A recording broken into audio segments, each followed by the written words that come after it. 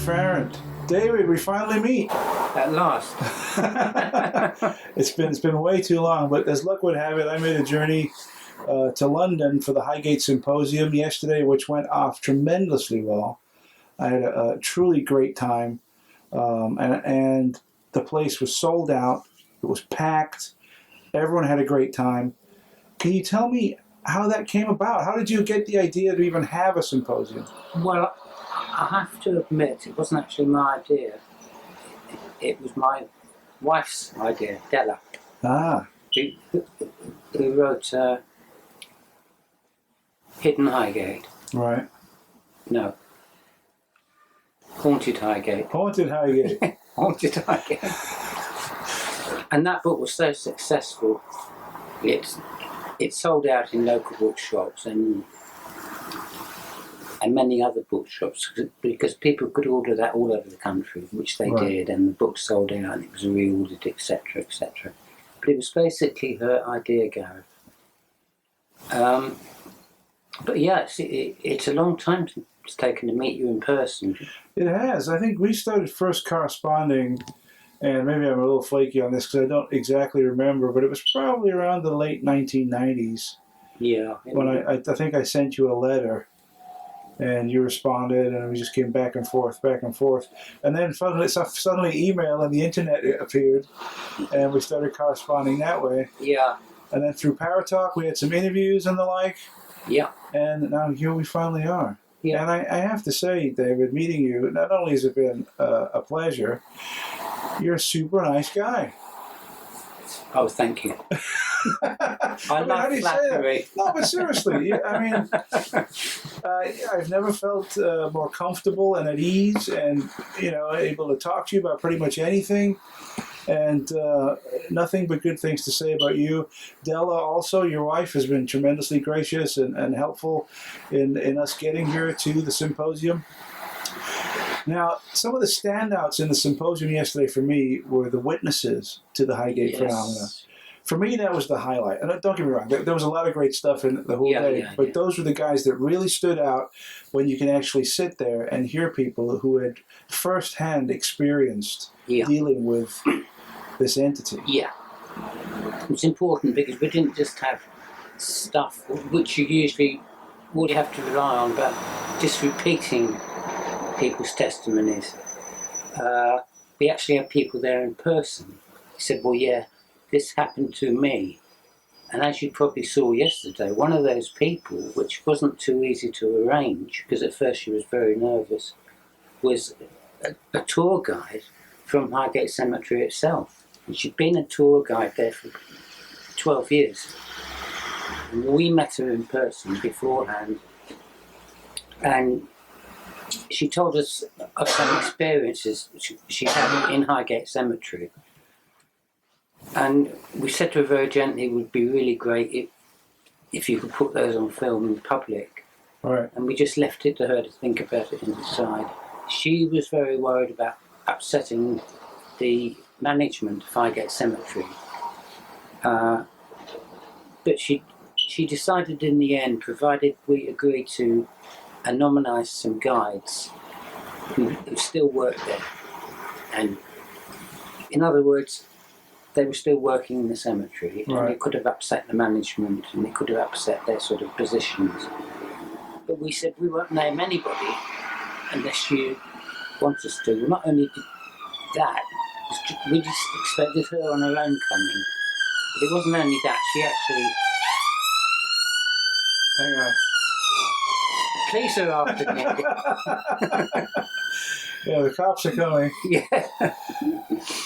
But she actually turned up herself, and she actually named one or two people, and she told of their experiences with having said that, got their permission to talk about it with them beforehand. Yeah. So it's not just her. There was about references to three other guides who's had experiences in that Highgate Cemetery, including herself. I won't go into it again, but we do have it all on film. She had an experience near the North Gate, that's the top gate, where this phantom ghost, whatever you want to call it, had been seen so much over the years. And she felt an overwhelming sense of depression. She said it was like the the clouds were closing in on her. And then next there was a deadly silence, but so quiet. She couldn't hear any birds, she couldn't hear any cars in Swains Lane. She was only about less than 20 feet from Swains Lane, which was the other side of the wall. Wow. And it frightened her so much she started running, sort of, as she described it, when she ended up back to the chapel at the main gate of Highgate Cemetery. She was covered in brambles, twigs in her hair, dishevelled, but she really, really shook her up. Now, we weren't aware of that before we met her. And I don't think a lot of the other people watching her speak would have been aware of that either. But that must have had some weight behind it, because it actually came from one of the cemetery guides herself. Yeah, big time. Yeah. For these people that have been working there for, X amount of years, it stands to reason that if something's going on there, they would experience something. Yeah. But in the past, they've been because it's their job, they keep it to themselves. Right. And now, finally, we start to get some insight into some of their experiences. Yes, not only that, but we start to get some insight, which came up at the symposium, why the Friends of Highgate Cemetery were so reluctant. I mean, they actually make rules. They give instructions to their guides that they mustn't mention the V word. Or they mustn't answer questions about the vampire. Right. Even ghosts. The whole subject was forbidden. It was taboo. Yeah. That's why it was such a refreshing change to put her in front of a camera, in front of people and other people from the cemetery, and tell her story. Well, another one for me was Debbie. Debbie appeared in the symposium and told of her tale. She was a taxi driver who witnessed the entity on numerous occasions at the same spot, and even actually pulled over and started a conversation with it, thinking it was somebody who needed a cab. Yes, I believe that was the very first occasion. She used to live on Hillcrest, which is about a quarter of a mile away, and it happened to be a Christmas Eve. Well, because it was a Christmas Eve, Highgate was very busy. She was taking people to parties and all that sort of thing. And she actually made quite a lot of money. And as she was often driving up and down Swains Lane. As she came back up, driving up the lane, she saw a tall man, as she described him, standing motionless outside the top gate, or just beside the top gate. And she just presumed he was waiting for somebody, or even another taxi. And she went slowly, and nobody seemed to arrive. And so she stopped about 20 feet away from him and offered him a lift. He didn't. He just kept staring at her, a bit motionless. He didn't answer. And she opened the door of the car, leaned on the door, and sort of confided. She said, "Confirmed. I'm a taxi driver. I've had a really busy night tonight. I've had a really good night. I'm just finishing, but I'll give you a lift to where you want to go. I won't even charge you." Yeah. And again, no answer. He was absolutely still motionless. And at that stage, something occurred to her. Something wasn't right. She wasn't quite sure what it was, but she decided just to leave him. And she slunk back into the driver's seat, and at the same time, she instinctively locked the door, which she didn't normally do. Yeah. And as she drove off, being a taxi driver, she uses all her mirrors all the time, so rather like a bus driver in that case. Right. She looked back. She'd just gone by him, and there was nobody there. He was gone. And there was nowhere, literally nowhere, apart from going through a locked gate, going through a high wall. Yeah. He didn't cross the street behind her. He couldn't have vanished that quickly. He couldn't have that fast. There's no way. No. What I found interesting though is when she confronted this entity or whatever it was. I mean, it wasn't spectral. It wasn't ghost-like. It wasn't see-through or glowing. It looked like a normal human being, but dressed very smart, strangely, but very smart, very proper, but strange. Like he wore a cloak, and old-fashioned clothes. Yeah. I think it was a top hat, I think she said. Yes, he had a top hat and he wore a white sort of Victorian shirt. Yeah, yeah. And a long Victorian jacket or something like that. Right. And she actually described his features. She described him as being, as she thought, in his mid-30s. Right. He didn't. He kept holding her eye, kept staring at her, but that was all. Didn't open his mouth, didn't speak. Didn't open his mouth. Nothing, yeah. Didn't answer. And also, I mean, this has been an amazing incident for Debbie. I mean, when she was talking to us yesterday at the symposium, her emotions got the better of her, and she became very, very emotional during the event. Well, she actually started crying. She started crying, which she covered her face right to try and hide from the audience, and that speaks to the authenticity of what she's saying, right? I mean, it's an emotional experience. This really did affect her. Well, it said a lot to me, not only me, the other people. I mean, we didn't personally want that to happen, right? But it did happen, and that shows how seriously she took it when she had to remember. And because the experience was so vivid that she often does recall it. Yeah. I spoke to her briefly afterwards. She said she still occasionally has nightmares or dreams. Yeah, I know that. Concerning the entity or whatever it was. But overall, David, what do you think it is? I know yesterday during the symposium, we had lots of theories, lots of speculation as to what this. I think universally everyone came down saying it absolutely is not a vampire. I think I said that first. I think you did it. Right at the beginning. Right. That was the first words out of your mouth.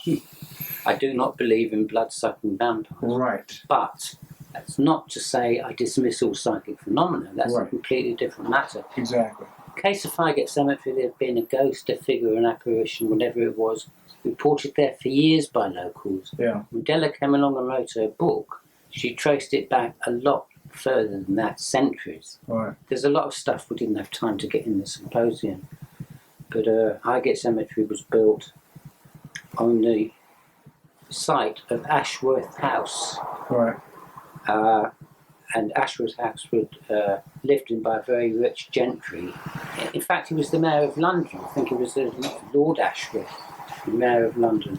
And he let the house go to rack and ruin.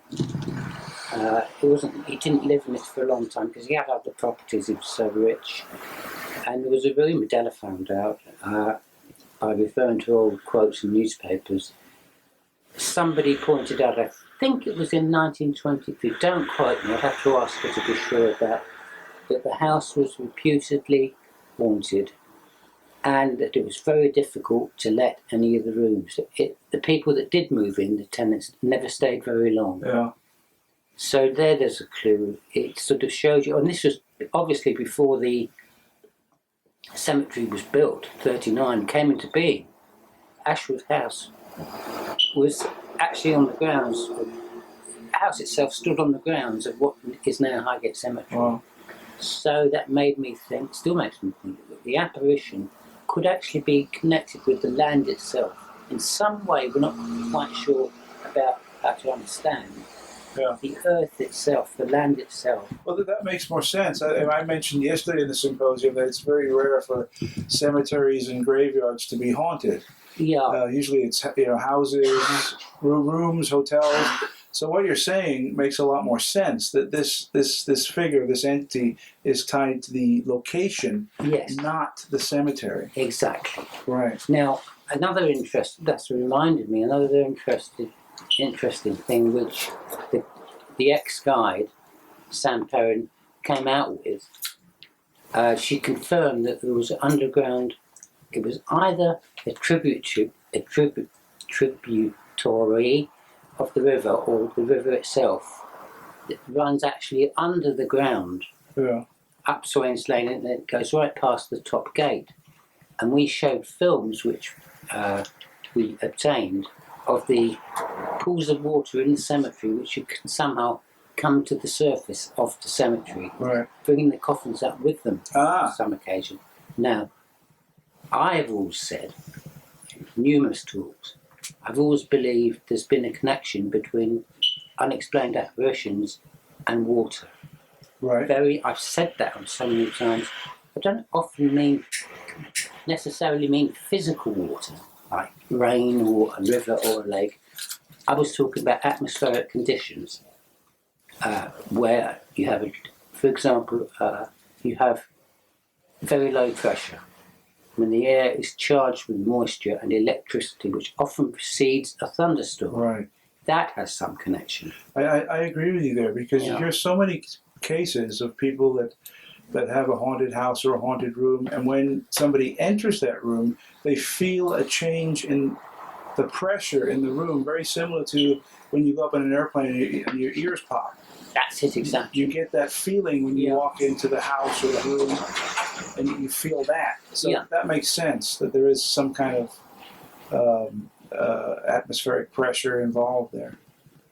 I didn't say much about this on the symposium yesterday because we had other people talking about it, and I didn't have to worry about myself. Right. I said there was another strong possibility. I didn't go into it yesterday, and I won't go into it now. It's very complicated.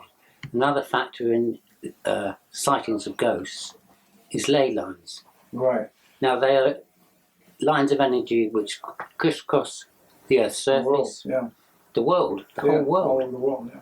I did just point out that they're much more easily traceable in rural locations, such as Highgate. It's virtually remained unchanged for centuries. Right. Very difficult to find ley lines, is to spot them or get any clues when you go to industrial areas, because they've all been cemented over. Point being, we know for a fact, almost as it can't be scientifically proved, but there was a ley line running from or to Highgate Cemetery around the circle of Lebanon. That's right in the centre of Highgate Cemetery. Goes straight through the Gatehouse pub where the symposium was held, and where there have been reports of ghostly phenomena, and also the Flask public house, which is an old coaching inn, very old coaching inn, just very close to Highgate Cemetery again. Clocks stopping, mysteriously stopping, lights turning themselves on and off, and people seeing a variety of figures. In some cases, people leaving, and in the case of the Gatehouse, incidentally, there was a woman, a lady, serving there, and she just left after seeing a tall, dark figure on the premises. Wow. It was in the basement, and she refused to go down there again. And I believe her wages were posted onto her. She didn't have any more to do with the pub. What's amazing here is yesterday's symposium went all day and into the night, and vast amounts of information was covered. But there's still more. You said it yourself a few minutes ago. Oh, we didn't get a chance to cover this. Not all of it. Right. Yeah. And so you think people talking about this case for, what was it, 7 or 8 hours? Yeah. And there's still more to it. There's still more that we just didn't have time to get to. Yeah. So does that tell me, and maybe even you, that there has to be a symposium number 2? I don't think Della was going to hold one next year somehow. I think she just had enough. Yeah. I mean, the poor little girl. Too much, huh? She might object to me. Too much. It's too much work. Yeah, it is a lot of work. So much planning. It's so much. But yeah, it was a great success. And once again, David, I can't say enough. Absolute pleasure to finally meet you. And I want to thank you for spending just a few minutes here to talk to me about yesterday and the case. Yeah. Overall. Yes. And I just want to prove that I am actually here with David, and here we are. Hello, that's me and David Farrant. There you go. Thank you, David. Appreciate it.